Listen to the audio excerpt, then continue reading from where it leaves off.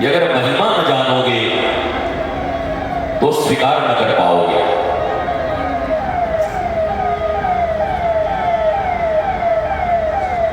पांडाल में चल रहे इस भगवती राष्ट्र कथा के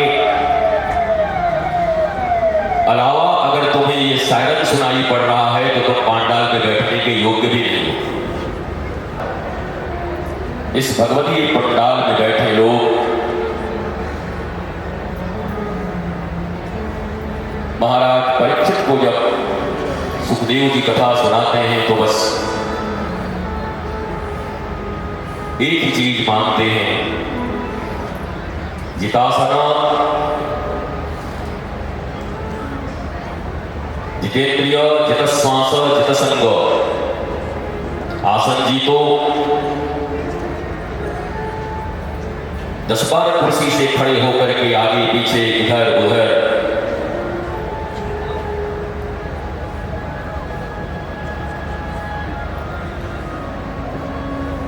पार्क की भांति इसे न बनाओ, जहां स्थान मिले बैठ जाओ। और घूमना हो, तांडव करना हो तो पीछे बहुत जगह है।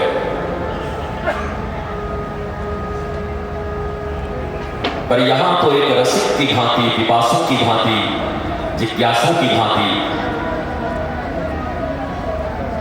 आज मुझे कुछ ऐसे सूत्र प्राप्त होंगे जिससे मेरा जीवन धन्य होगा। अपने व्यक्तिगत और पारिवारिक सामाजिक जीवन को साथ पाने में असफल लोग, संघर्षों में जूझ रहे लोग यहां अगर महिमा न जानोगे तो स्वीकार न कर पाओगे।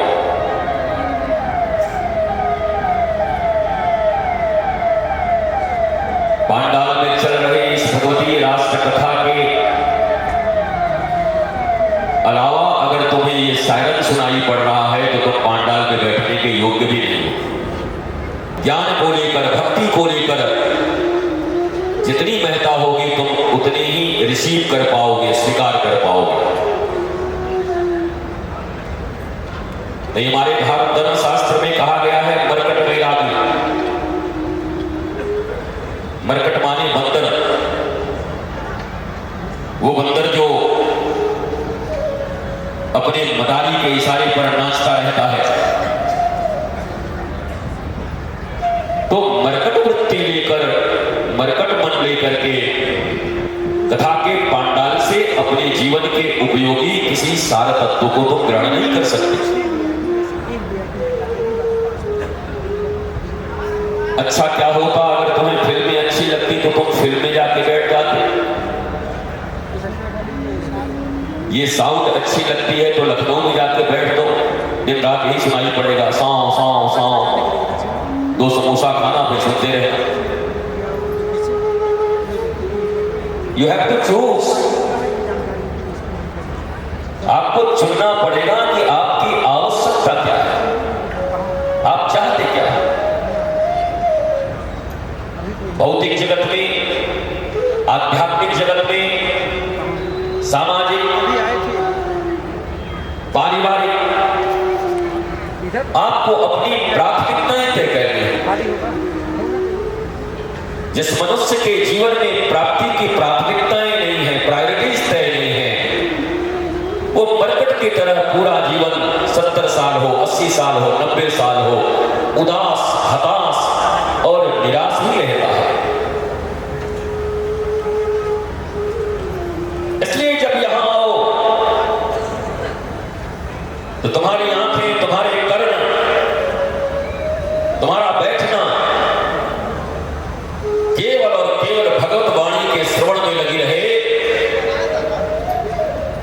इधर बेटा, इधर तुम इसको नहीं रहे। क्योंकि भगवान श्री कृष्ण ने गीता में कहा है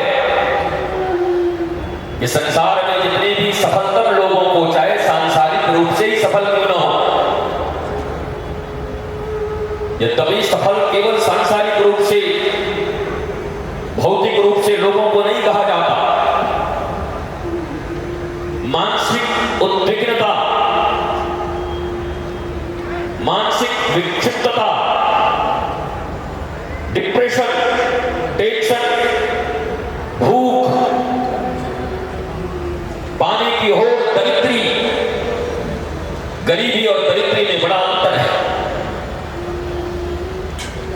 श्रीमद् भागवत में एक प्रसंग आया,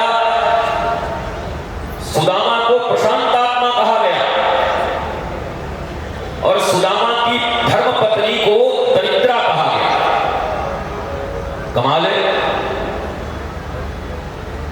पति प्रशांत आत्मा और पत्नी दरिद्रा। भौतिक रूप से तो दोनों के पास वही थे, जो पति के पास था वही पत्नी के पास था। एक मुट्ठी चावल भी बड़ी मुश्किल से मिलती, पर वो इसलिए नहीं था कि वो अक्षम थे चावल और तंदूर को कमा लेने में, अर्जन करने में। सुदामा की वृत्ति थी अयाचित वृत्ति, अयाचक, अपने जीवन में याचना नहीं किया। यद्यपि द्वारिकाधीश श्री कृष्ण ने भी जब आग्रह पर आग्रह किया, कुछ तो मांग लो,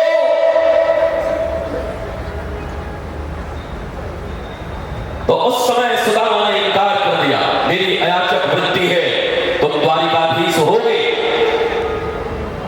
तुम्हारे पास मैं गुरु भाई की हैसियत से आया हूं।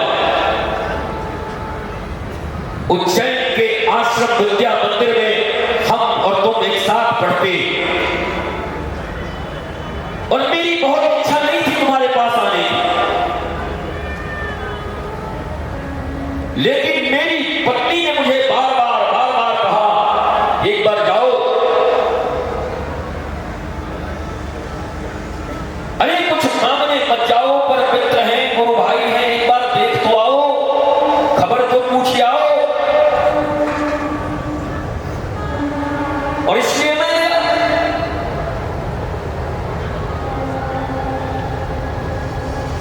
लेकिन याचना वहां भी नहीं किया। और श्रीमद् भागवत का अध्ययन अगर तुमने कभी किया हो, मौलिक भागवत का अध्ययन, ये कथाकारों के भागवत का अध्ययन नहीं, जहां ये गाया जाता हो कि अरे द्वारपालों कन्हैया से कह दो कि दर पे सुदामा गरीब आ गया है, और द्वारपाल धक्के मारते हुए दिखाई पड़ते हैं।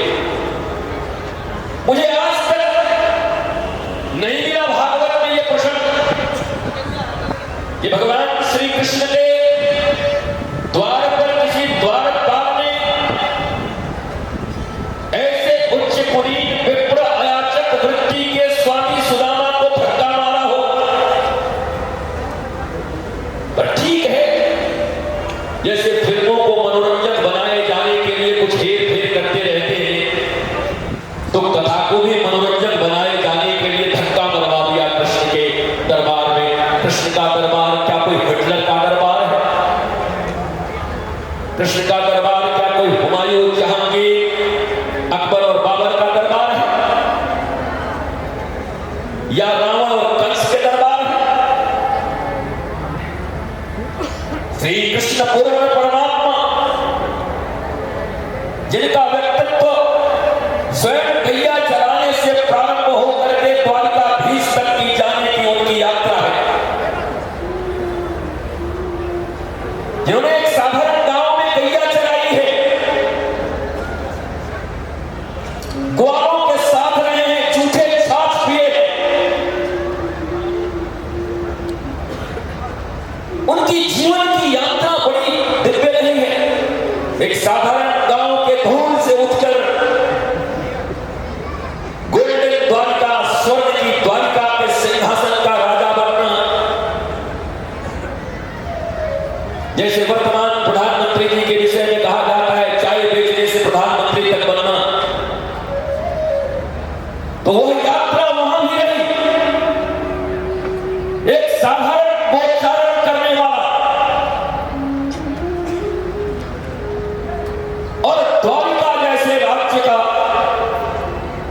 राष्ट्र का प्रमुख होना, उस समय भी उनके पक्ष में कोई